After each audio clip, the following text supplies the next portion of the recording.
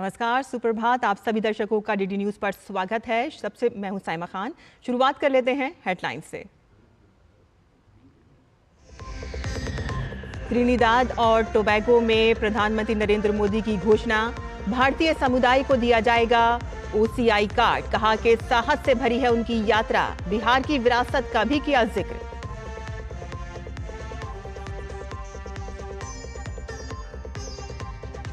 प्रधानमंत्री मोदी को Trinidad Tobago में दिया गया गार्ड ऑफ ऑनर। पूरी कैबिनेट के साथ स्वागत में पहुंची प्रधानमंत्री कमला प्रसाद बिसेसर। पीएम मोदी को बताया दुनिया का सर्वाधिक सम्मानित नेता। आज दोनों देशों के बीच होगी द्विपक्षीय वार्ता।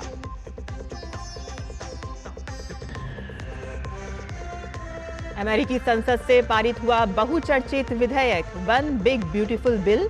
अमेरिका के स्वतंत्र दिवस पर आज राष्ट्रपति ट्रंप करेंगे बिल पर हस्ताक्षर।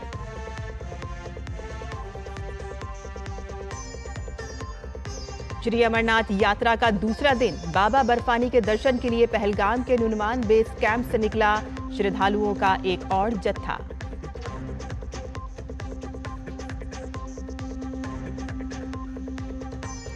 कप्तान शुभमन गिल के दोहरे शतक से बर्मिंघम टेस्ट पर भारत की पकड़ मजबूत।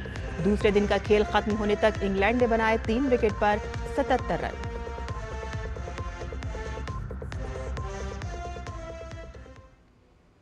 और अब समाचार विस्तार से।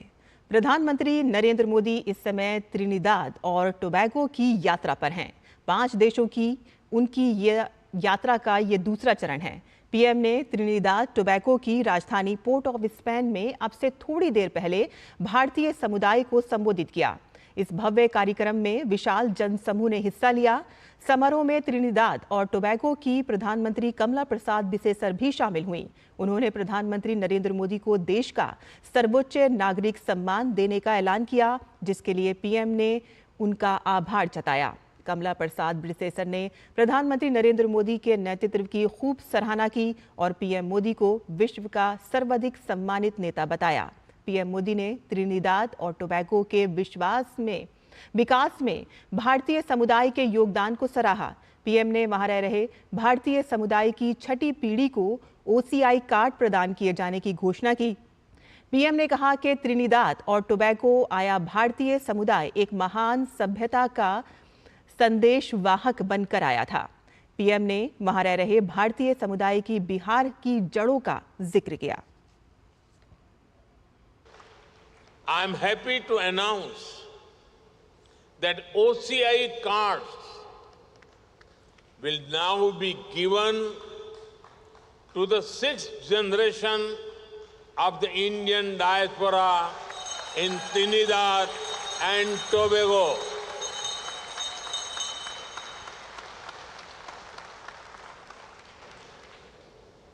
You are not just connected by blood or surname. You are connected by belonging. India looks out to you. India welcomes you. And India embraces you. और पीएम ने वहां रह रहे भारतीय समुदाय की बिहार की जड़ों का भी जिक्र किया। प्रधानमंत्री कमला जी के पूर्वज बिहार के बक्सर में रहा करते थे। कमला जी स्वयं वहां जाकर भी आई है। लोग इन्हें बिहार की बेटी मानते हैं।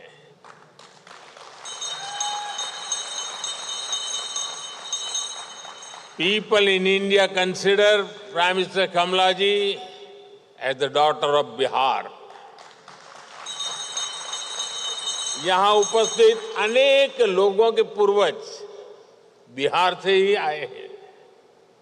बिहार की विरासत भारत के साथ ही दुनिया का भी गौरव है। लोकतंत्र हो, राजनीति हो, कूटनीति हो, हायर एजुकेशन हो, बिहार ने सदियों पहले दुनिया को ऐसे अनेक विषयों में नई दिशा दिखाई थी। मुझे विश्वास है 21वीं सदी की दुनिया के लिए भी बिहार की धरती से नई प्रेरणाएं, नए अवसर निकलेंगे। Like Kamla ji, there are many people here whose roots lie in Bihar. The heritage of Bihar is a matter of pride for all of us. PM ने नई ऊंचाइयों को छूती भारत की विकास यात्रा की विस्तार से चर्चा की। पीएम ने कहा कि भारत अंतरिक्ष सहित विभिन्न क्षेत्रों में उपलब्धियां हासिल कर रहा है। पीएम ने अयोध्या में भव्य राम मंदिर को लेकर भारतीय समुदाय की भक्ति भावना की भी बात की। I am sure you all welcome the return of Ram Lala to Ayodhya after 500 years with great joy.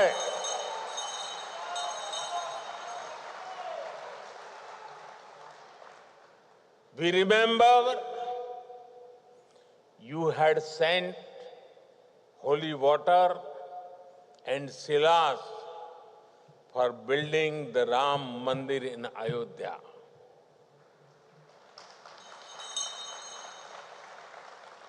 I have also brought something here with a similar sense of devotion.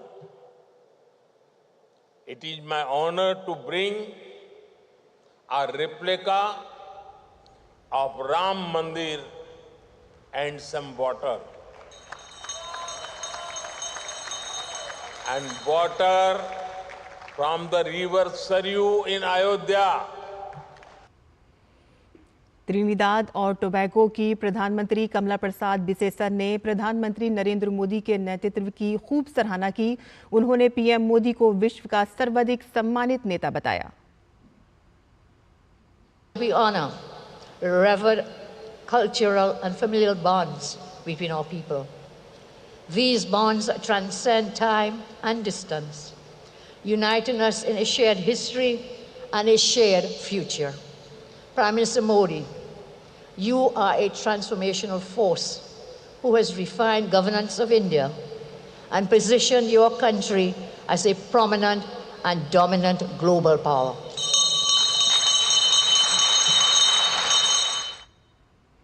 प्रधानमंत्री नरेंद्र मोदी ने त्रिनिदाद और Tobago की प्रधानमंत्री कमला प्रसाद बिसेसर को अयोध्या के भव्य राम मंदिर की प्रतिकृति भेंट की। पीएम ने महाकुंभ के दौरान प्रयागराज के त्रिवेणी संगम से लाया गया पवित्र जल और अयोध्या की सरयू नदी का जल भी उन्हें भेंट किया।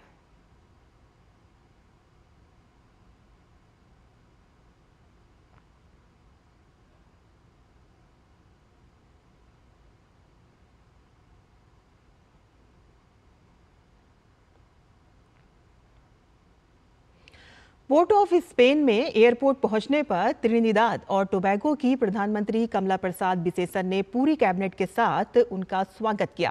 प्रधानमंत्री मोदी का स्वागत करने के लिए 38 मंत्रियों के अलावा 4 सांसद भी एयरपोर्ट पर पहुंचे। प्रधानमंत्री मोदी ने कहा कि इस यात्रा से दोनों देशों के बीच के द्विपक्षीय संबंध और मजबूत होंगे।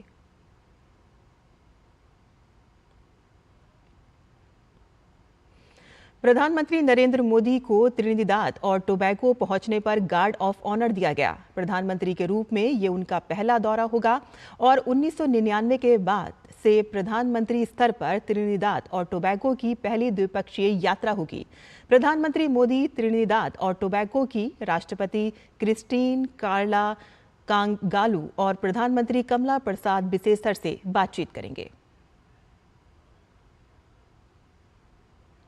एयरपोर्ट पर प्रधानमंत्री मोदी का सांस्कृतिक हर्षोल्लास के साथ स्वागत हुआ और प्रधानमंत्री ने कलाकारों से मिलकर उनका हौसला भी बढ़ाया।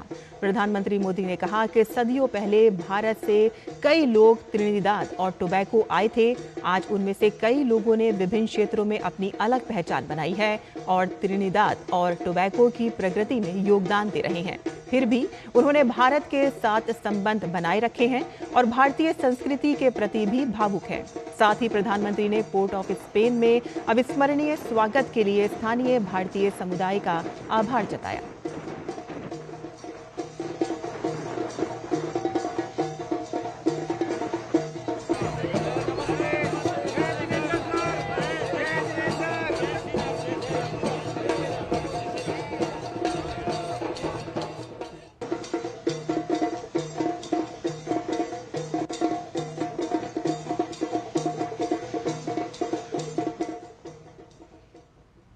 और इसके बाद प्रधानमंत्री मोदी का होटल पहुंचने पर भी भव्य स्वागत हुआ। लोगों ने भारत माता की जय और मोदी मोदी के नारे लगाए। पीएम के अभिनंदन में कलाकारों ने संगीत प्रस्तुति भी दी। प्रधानमंत्री ने इन कलाकारों से बातचीत की और उनको सराहा। त्रिनिदाद और टोबैगो में भारतीय लोग प्रधानमंत्री नरेंद्र मोदी की एक झलक पाने के लिए बेहद उत्साहित नजर आए। पोर्ट ऑफ स्पेन में मौजूद भारतीयों ने बताया कि पीएम मोदी से मिलना उनके लिए किसी सपने के पूरा होने जैसा था।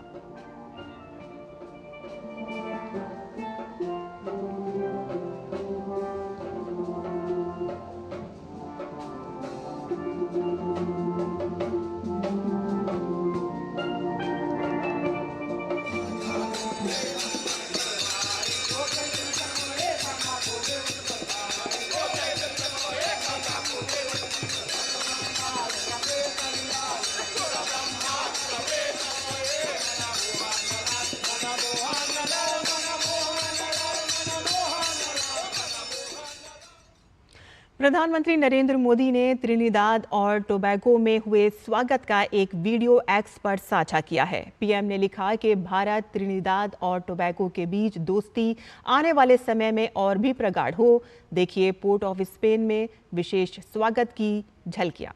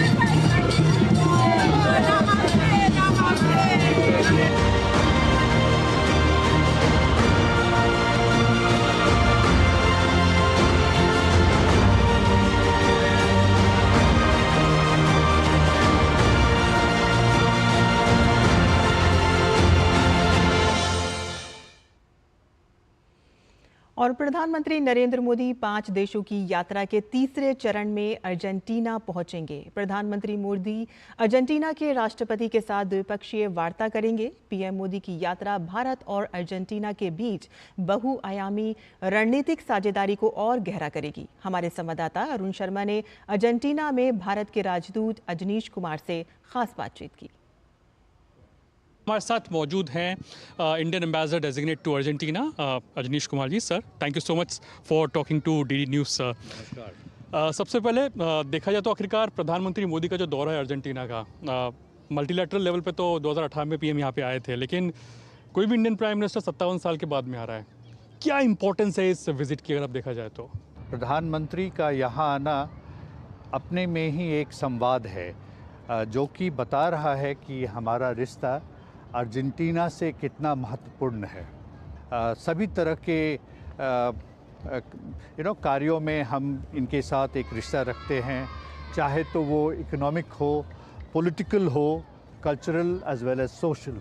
तो हमारा इनके साथ एक रिश्ता ऐसा है जो हम यहाँ भी देखते हैं जब हम यूनाइटेड नेशंस मल्टीलैटरल ऑर्गन्स में तो बायलैटरल के अलावा इन सभी मुद्दों पर हमारे दोनों देशों में बहुत फ्रेंडलीनेस है और हम एक बहुत ही प्रोडक्टिव रिलेशनशिप में साथ साथ काम करते हैं। एक तो देखा जाता है कि कॉम्प्लीमेंट्री लेस के लिहाज से कैसे इंपॉर्टेंट है, क्योंकि भारत और अर्जेंटीना की बात की जाए, भारत ने कई सारे रिफॉर्म्स को अंजाम दे दिया है, अर्जेंटीना रिफॉर्म्स की राह पर अब निकल पड़ा है, तो कैसे कॉम्प्लीमेंट्री है दोनों भारत और अर्जेंटीना के रिश्ते इस लिहाज से देखा जाए तो?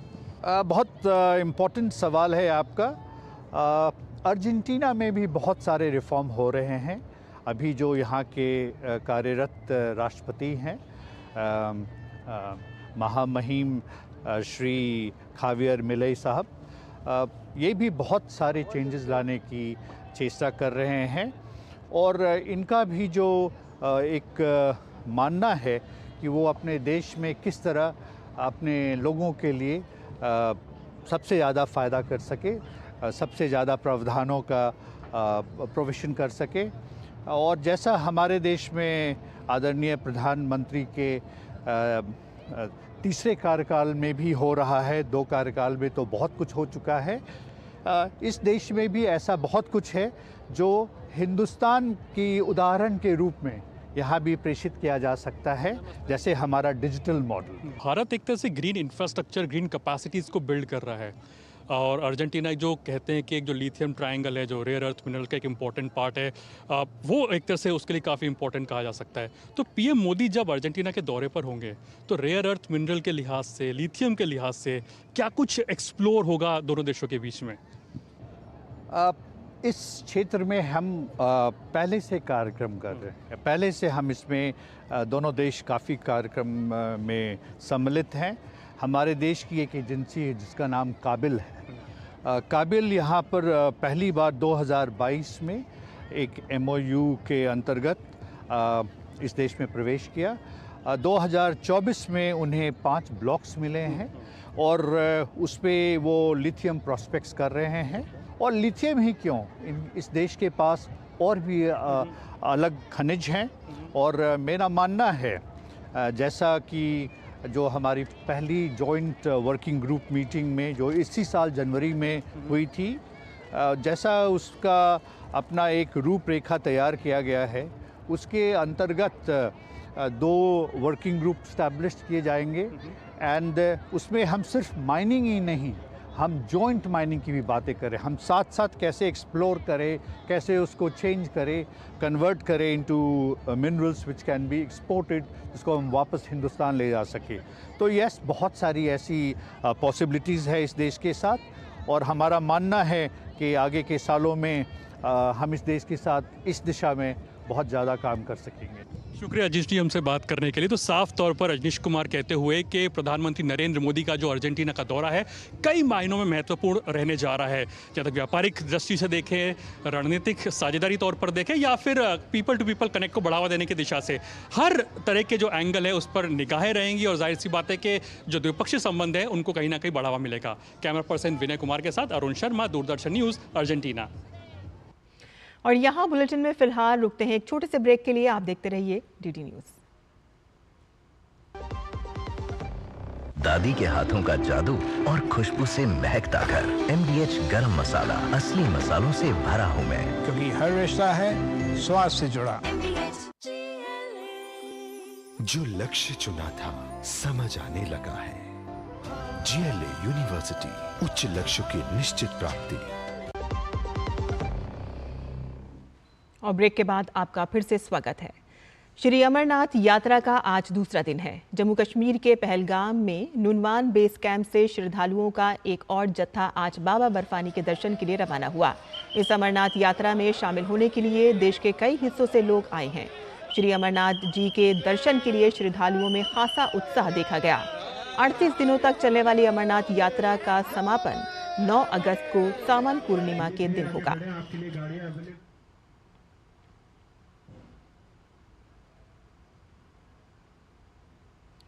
और खेल की खबरों में भारत ने बर्मिंघम में खेले जा रहे दूसरे टेस्ट पर अपनी पकड़ मजबूत कर ली है। दूसरे दिन का खेल समाप्त होने तक भारतीय टीम के 587 रन के विशाल स्कोर के जवाब में इंग्लैंड ने 77 रन पर अपने 3 महत्वपूर्ण विकेट गंवा दिए।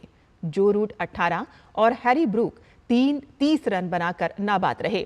आकाशदीप ने बेन डकैट और ओली पॉप को लगातार 2 गेंदों पर 0 पर आउट किया। जैक क्रॉले 19 रन बनाकर सिराज का शिकार बने। इंग्लैंड 77 रन पर 3 विकेट गंवा चुका है और भारत से अभी भी 510 रन पीछे है। तीसरे दिन का पहला सेशन मैच के लिहाज से काफी अहम होगा और इससे पहले भारतीय पारी 587 रन पर आउट हो गई और भारतीय कप्तान शुभमन गिल ने टेस्ट क्रिकेट की अपनी श्रेष्ठ पारी खेली। गिल ने 269 रन बनाए और तिहरे शतक से वो चूक गए, लेकिन उनकी पारी की बदौलत ही भारत 587 तक पहुंच सका। रविंद्र जडेजा 89, यशस्वी जायसवाल 87 और वॉशिंगटन सुंदर ने 42 रन बनाकर गिल का अच्छा साथ निभाया। और इसी के साथ ही हमारा समाचार यहीं समाप्त होता है। आगे आप देख सकते हैं नया सवेरा। देखते रहिए डीडी न्यूज़। नमस्कार।